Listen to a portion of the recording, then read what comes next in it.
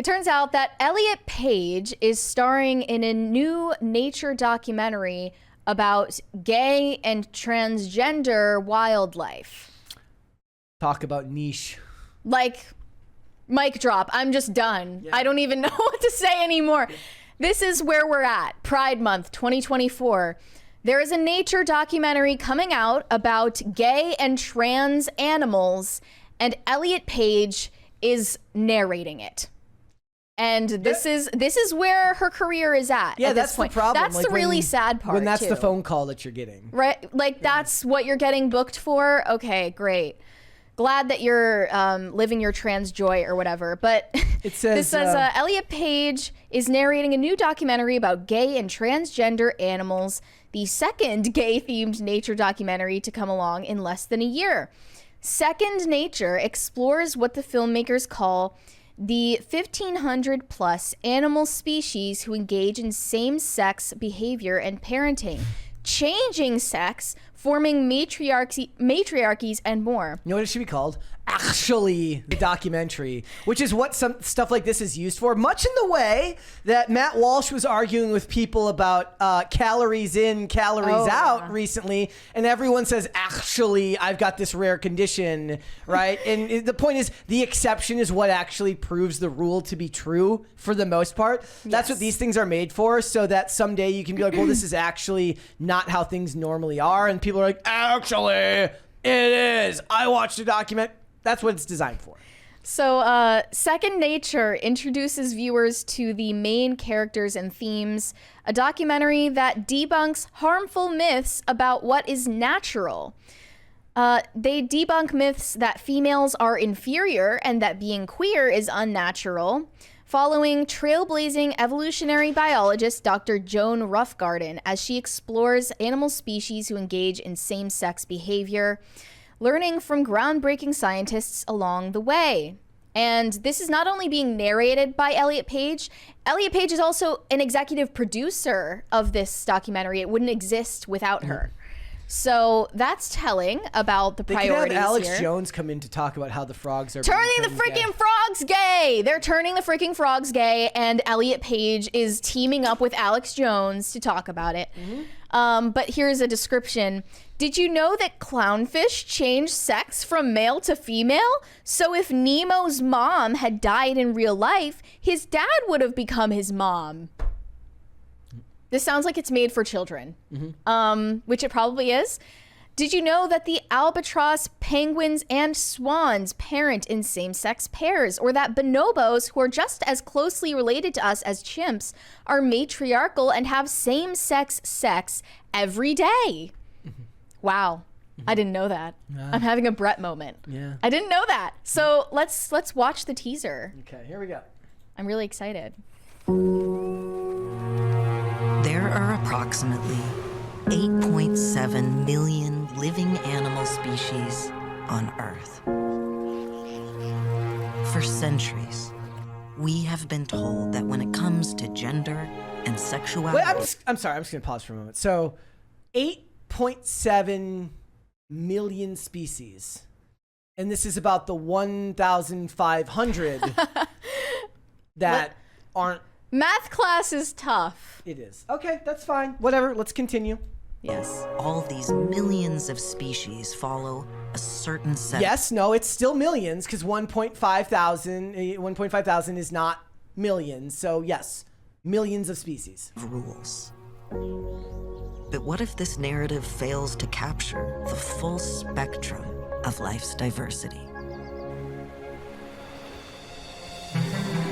You don't make documentaries about 0.5% of something unless there's some type of ideological bend to it that adheres to what's going on in the Western world right now. There is no interest for something like this unless it's ideological. It's not done otherwise. Go to the minute mark. Okay. That's when they have the more interviews with people. Gray like goose. Waterfowl are gay. Many waterfowl are very gay.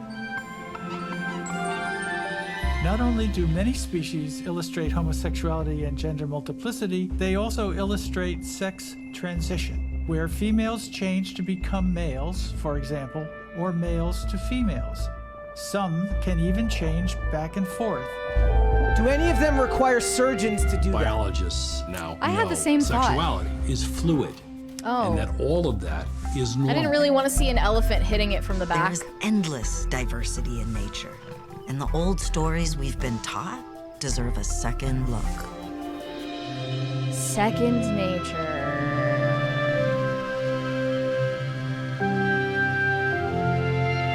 Okay. The site includes a link to lesson plans aimed at school-age children with a focus on something called gender-inclusive biology.